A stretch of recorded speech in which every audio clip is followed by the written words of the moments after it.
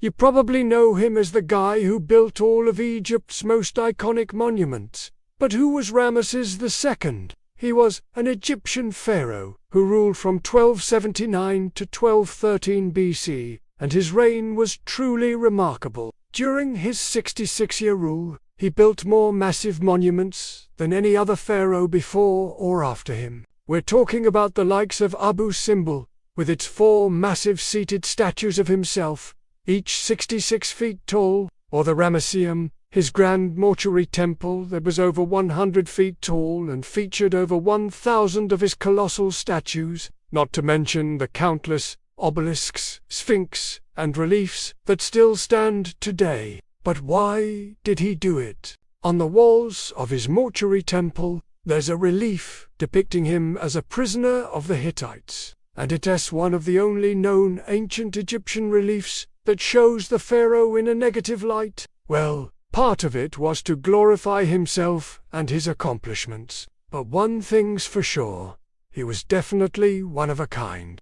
You see, Egypt was in a golden age during Ramesses' reign. Even though Egypt fell into a period of decline after his death, his monuments stood the test of time, and they continue to inspire awe and wonder even today. It was a time of peace and prosperity, and the pharaoh was seen as a godlike figure who brought order and stability to the kingdom. In fact, the name Ramesses means order or cleansed, so it is no surprise that he wanted to leave a legacy of order and stability for future generations. You see, Ramesses was a bit of a narcissist. I mean, look at this statue of him where he's literally towering over everyone else. He loved to put himself on a pedestal, both literally and figuratively. If you ask his son, Thutmose, then yes, he was the greatest pharaoh ever. But if you ask the Hittites, then you'll get a very different answer.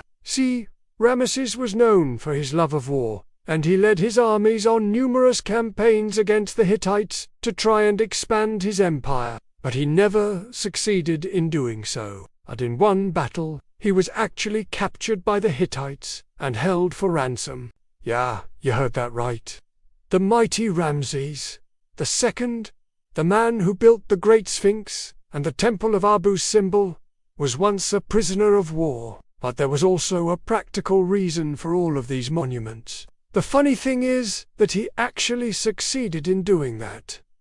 But what about the guy himself? Was he actually great? Well, it depends on what you ask.